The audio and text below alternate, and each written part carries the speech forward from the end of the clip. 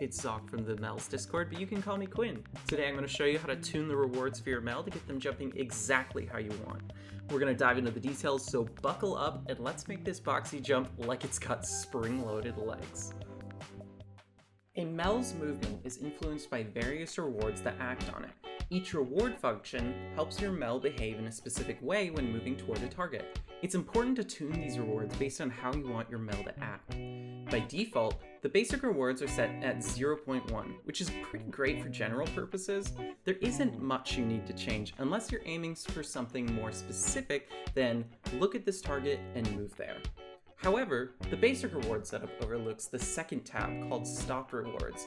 These have very specific effects on your Mel's training, determining whether to stop training if it hits a threshold and resume before it hit that threshold. Let's start by understanding the basic rewards, and then we'll dive into Stop Rewards. Each of these rewards guides the training towards a specific direction. Think of it like an RPG skill chart. You can't train everything at once. You can get really good in one direction. It's not a perfect comparison, but you get the idea. Each reward can be positive, negative, or zero, meaning you can push the training away from something or have it not influenced at all. Note that these rewards use the head of your Mel as the reference point for training. Height controls how much you reward the AI for being higher off the ground. A higher value makes your Mel prioritize being higher rather than lower, like you would think. This is great if you have a tall Mel that works best standing up high, or a small Mel that you want to jump and leap towards the waypoint. Orientation influences how much your Mel should care about staying right side up. Set this to 0 and your Mel won't care if it's tumbling around. Increase it and your Mel will try to stay upright more than moving towards the waypoint, so it's important to have a balance there. Direction controls the degree to which your Mel should face the waypoint. This isn't always important. For example, if you want a spinning Mel that flies around wildly towards the waypoint, you'd set this to 0. Distance controls how much you reward the Mel for being close to the target. A higher value can make your Mel reach the waypoint faster. If you invert it, your Mel will actually try to run away from the waypoint. Hit target gives a one-time reward every time your Mel hits the target you set.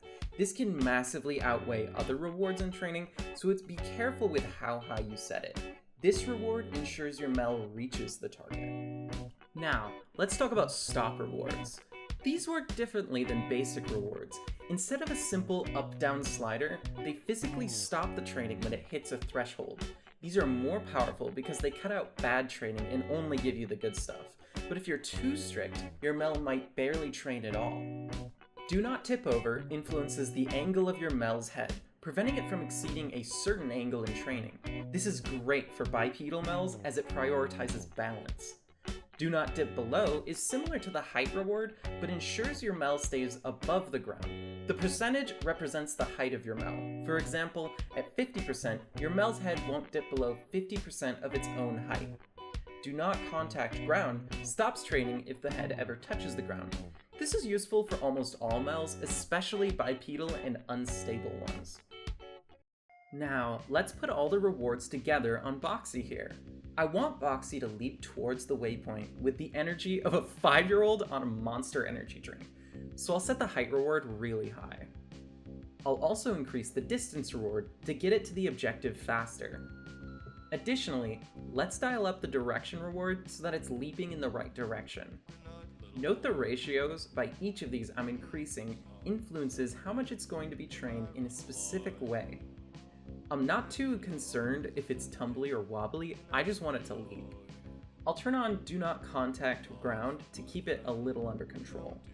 And Do Not Tip Over with a lenient angle of about 75 degrees to make its jumps a little more controlled. Let's hit train and see what happens. Alright, this is live Quinn unscripted, and this is the result of our training. Now, it's not exactly a leap per se, but you can tell that the height reward is influencing the way it's moving, because it does more of a skip now.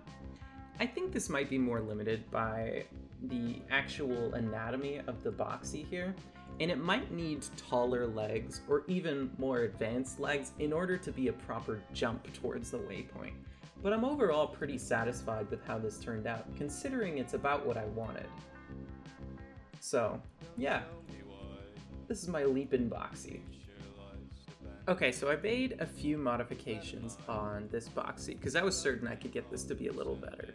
So I added these leg extensions here, and as you can see, it's already looking a lot better. It does this very, very odd sort of skip walk and uses its front legs to balance itself, which I think is interesting sort of emergent behavior from the AI. I also lowered the hit target by about half, and I increased the height reward a little bit more just to give it a little more juice in that department. So it's really, really trying to pick its head up every time it moves. If I hadn't had the height reward as high, the head would be a little bit lower down here. But overall, this is looking a lot better. I don't know if you can exactly say train a Mel to jump in the current iteration of Mels, but you can get pretty close, as you can see. Yeah, this is Leapin Boxy V2. Well, that's all I had for this tutorial. I hope this was helpful. This is generally how I approach training my Mels and why their movements seem to be a little nicer than other people's because, once you understand the underlying systems behind all of it, it really makes a lot more sense why your Mel acts the way it does. So, if you want a tutorial on any other parts of things, I was actually thinking about making a tutorial on joint ranges and setting up your joints and how they affect the way your Mel moves. Might be really helpful. Just let me know.